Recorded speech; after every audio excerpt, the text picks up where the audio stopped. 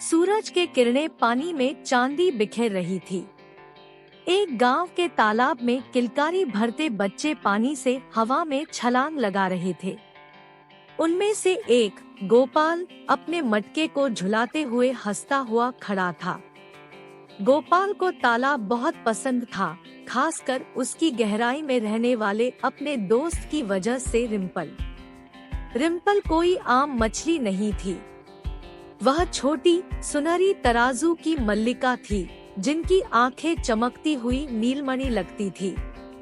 वह गोपाल के हाथ से खाना खाती थी, उसके गीतों पर थिरकती थी और जब वह उसे ढूंढता तो पानी में हवा के बुलबुलों का रास्ता बनाकर उसकी ओर तैरती थी।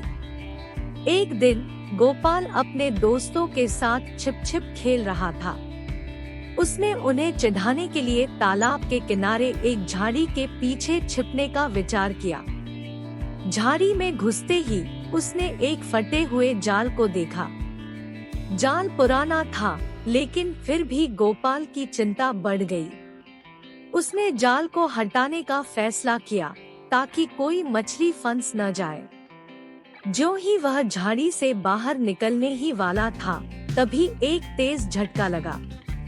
उसका पैर किसी नरम चीज में फंस गया था। डर के मारे वह पीछे हटने लगा, जिससे जाल झाड़ी से निकल आया। मछलियां पानी में छिटक गईं, जिनमें से एक परिचित सुनहरे रंग की थी, रिम्पल। गोपाल घबरा गया। जाल उसके पैर में इतना उलझ चुका था कि वह घुटने टेक गया। वह रिम्पल की ओर देखने लगा, जो अब तक उसकी पहुंच से बाहर थी। उसने देखा कि वह फटे हुए जाल में उलझी हुई है।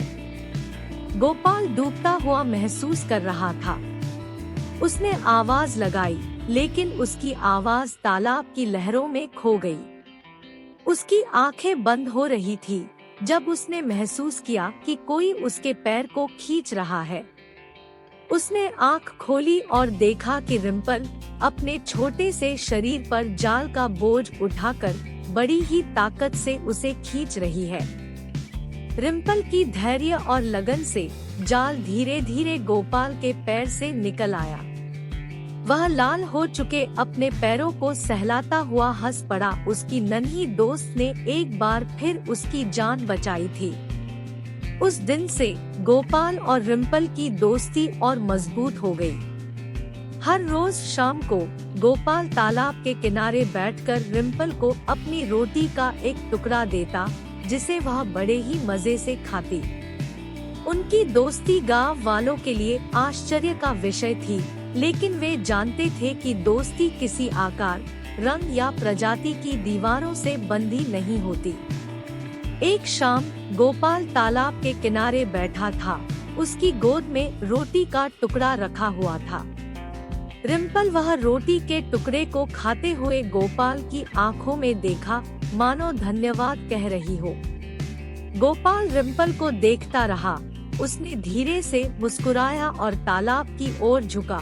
उसके होठों से धीमा गीत निकलता हुआ, हे मछली छोटी, मेरी सहेली, तेरी दोस्ती है अनमोल खजाना। पानी में तू, धरती पर मैं, फिर भी साथ है दिल के तार।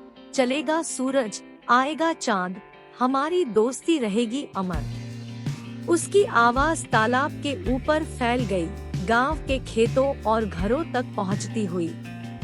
और गोपाल जानता था कि यह गीत न सिर्फ उसके और रिम्पल के लिए था, बल्कि हर उस दोस्ती के लिए था जो किसी भी रूप में, किसी भी समय, कहीं भी खिल सकती है और जिसे कोई दीवार तोड़ नहीं सकती।